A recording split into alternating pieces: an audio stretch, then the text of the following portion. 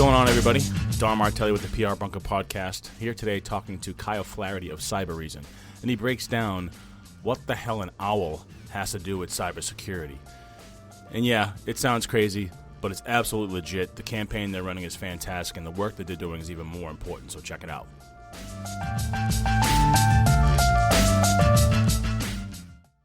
Hello, everybody, and thank you for joining me today on the PR Bunker Podcast. I am here with a longtime friend, colleague, professional that I have known for quite some time, Kyle Flaherty. Hello, Kyle. Thanks for joining me today. Don, thanks for having me. Excited. So if you've ever done anything on the web and have worried about cybersecurity, don't talk to Kyle. Kyle knows what's going on in this space from a marketing perspective, but also all the little nitty-gritty things that are going on in the dark web and whatever, all those kind of terminologies you use in your space. But thanks for joining me today. I want to talk about one first, give the audience a little bit about your background and how you got to where you are now. Yeah, I mean, I think it's great because my background is started in PR. So I came out of school and like a lot of us had student loans. And so I took the first job I got, and it was with a little boutique PR firm out in Maynard, Massachusetts. And my first client was a security firewall company. I didn't know what firewalls were. I didn't know what it was like to call media. I didn't know, this is back when we had magazines and newspapers. You remember those days. Yeah, when the globe was about 9 inches thick. Exactly. Yeah. And I was trying to get in there all the time. Right. And so I quickly kind of learned how to be good at that and how to be, a professional in communications. I mean, really, it's a sales job in a lot of ways. And so as time went on, I kind of expanded a little bit, got into the marketing side, the demand gen side, worked for a bunch of startups. And mainly in the last, since 97, I've been doing, security and, from the gamut of just making sure that people understand what we're doing and how we're trying to help people out there to protect their data and ultimately protect their business.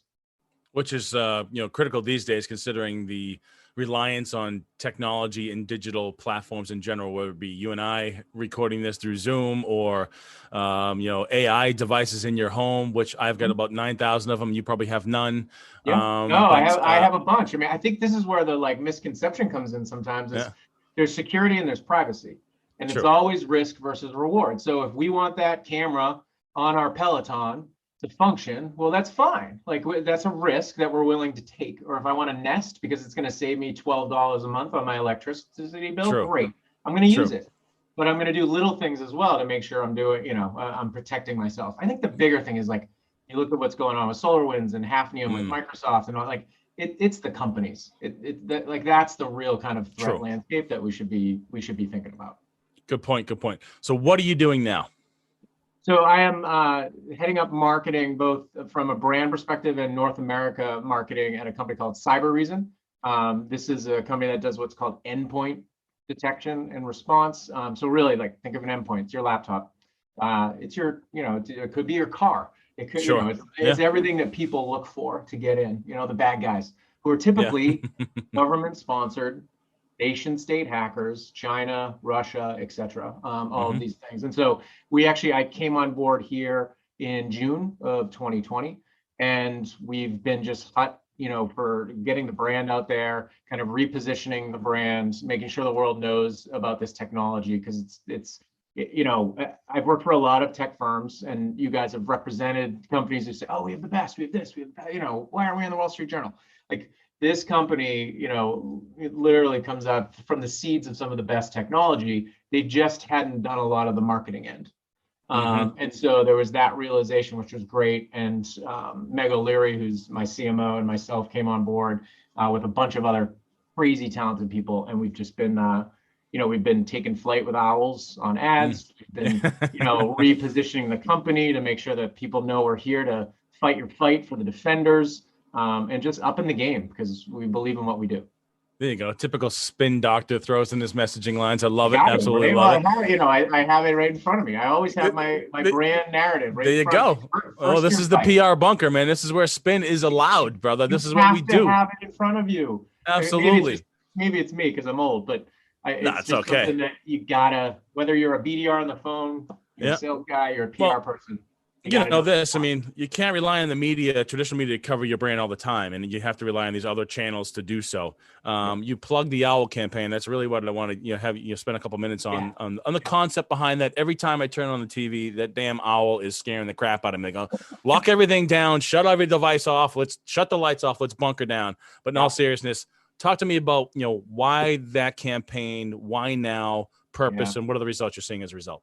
Yeah, so for people who maybe haven't seen it, which are fewer and fewer people, hopefully, if we're doing our job correctly, the owl has actually always been in the logo, and it came kind of from just the beginning of the entire company, because and I know more about owls than I ever think I wanted to know, although they're just amazing, like the visibility, the ability to hunt at night, the ability to like attack in silence, like all of those kind of traits really feed into what we do from a technical perspective. Love that.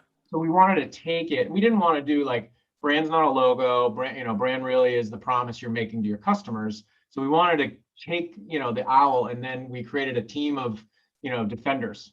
And so we have 4 owls, one primary in the ads, but you're going to start seeing more and more of them come out over time. Nice. And they all represent different parts of what we do, from detecting attacks to responding to attacks to preventing attacks, and the overall protection stuff. And so we created these things, and it's super fun to do TV ads. It's amazing to do radio. It's like all of that stuff, but it's also like in the sales presentation, and and just all the different things that we can do with these creatures overall that just create this device, mnemonic device inside of everyone's head that ultimately I said our goal was obviously brand awareness and to help get to more customers and help them.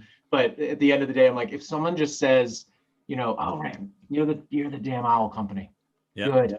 That's fine. Yeah. I'm good. Like we did it, That's valid. I mean, what I love about just our jobs in general is just the unlimited ability to dive into that creative soapbox, right? And talk about the hunting at night and the attributes of an owl and how it ties to your brand legitimately, right? Which is just such a interesting time to work in this space, because there's so many companies out there doing just about everything you're doing, what I'm doing, and the competition level is stiff, right? And so how do you break through? And I think that level of creativity and that scared the crap out of me owl that I see whether I'm watching the sports hub or something else is present. And now it's just becoming like, the first time I saw it was like, wow, that's kind of cool. Now it's just, I hear the thing move, and I hear the things coming out of the commercial, and I don't have to look at it. I already know what it is. So it's starting to resonate. So it's just kudos to you and the team for pulling it off, because I think it's great. But my next follow-up question here is, I know you and I know how your brain works. This is probably, step 1 in the 1,000. Yeah. What can you share publicly about what's next for the firm, and what are you doing from a marketing PR perspective? Yeah, it's a great question. So I think from the marketing perspective, I'll hit on first. Like it's extending that brand. So it's this whole concept of first year fight and these owls. And so yes, it's TV ads and it's NPR sponsorships and it's all that great stuff that we really believe in to get that awareness out. But it's also like that we're always talking about our value framework on our sales calls, that our media pitches are focused on that. Like I won't go into the weeds for this audience, but like all the Microsoft Hafnium stuff that's going on right now, like, we put out a lot of great content around that of like, this is unacceptable. We can't live in a world, where these things keep happening. We got to reverse this adversary and this attacker's advantage. And so now it's creating content that everyone can use, from sales to finance to whoever they are, right? And the other part of that is PR, right? We got to make sure that our CEO is out there all the time talking about this, because this guy has been doing this in the trenches for a long time. Him and the founders, like, I kind of quote unquote know security. These people do security, right? They live it, right? We got to get them out there, and they are, right? And so we're really extending that. We're lucky. We just had a new head of Corecom come on, and she's going to take it to another level at this point. Like, we're at that point now as a company where we've been around for 7-8 years. We're doubling down. We believe in what we have. We're growing like crazy. Now it's time to just tell the story. And so it's just consistency and just getting it out there as much as possible. And if we ever get back to like getting out there, we can go to events and we can do all that stuff. Like, we're ready to go. Yeah, I think that just I mean, just like my trajectory to where I am today, I think that this business has taken us in so many different ways and avenues. And I think if you were to talk yourself 20 years ago, you'd be like, there's no way I'd be working for this kind of company doing this sort of work. So my last question I always love to sort of end with is, so what do you love about the job?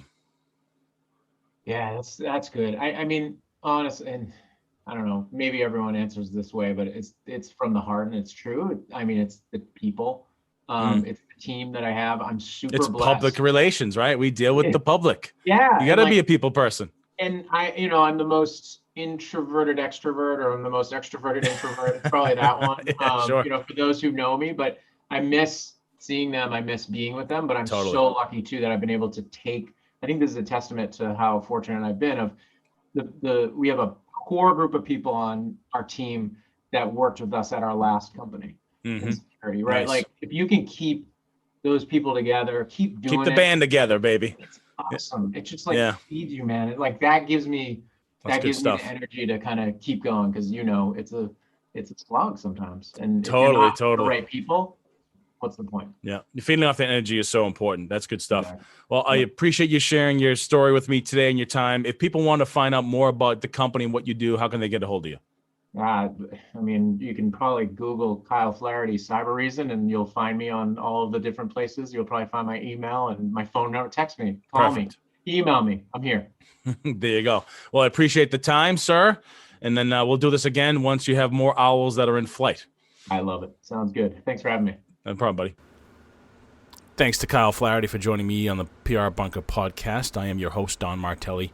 Incredible things that they're doing over at Cybereason, and I love the explanation around the owl campaign. And I love the fact that, taking an explanation of an owl and how that animal operates and how it connects to their brand is brilliant and genius. Really great stuff they're doing. And, considering how we're all working today, remotely, relying on technology and Zooms and others to connect, it's good to know that companies like Cybereason and others are out there keeping an eye on the bad guys and keeping us all safe online. So thanks again, Kyle, and the folks at Cybereason. Good stuff over there. In the meantime, if you want additional podcasts episodes for the PR Bunker, please head over to the prbunker.com. In the meantime, you can hit me up on the socials. You can find me just about anywhere at Big Guy D. Until next time.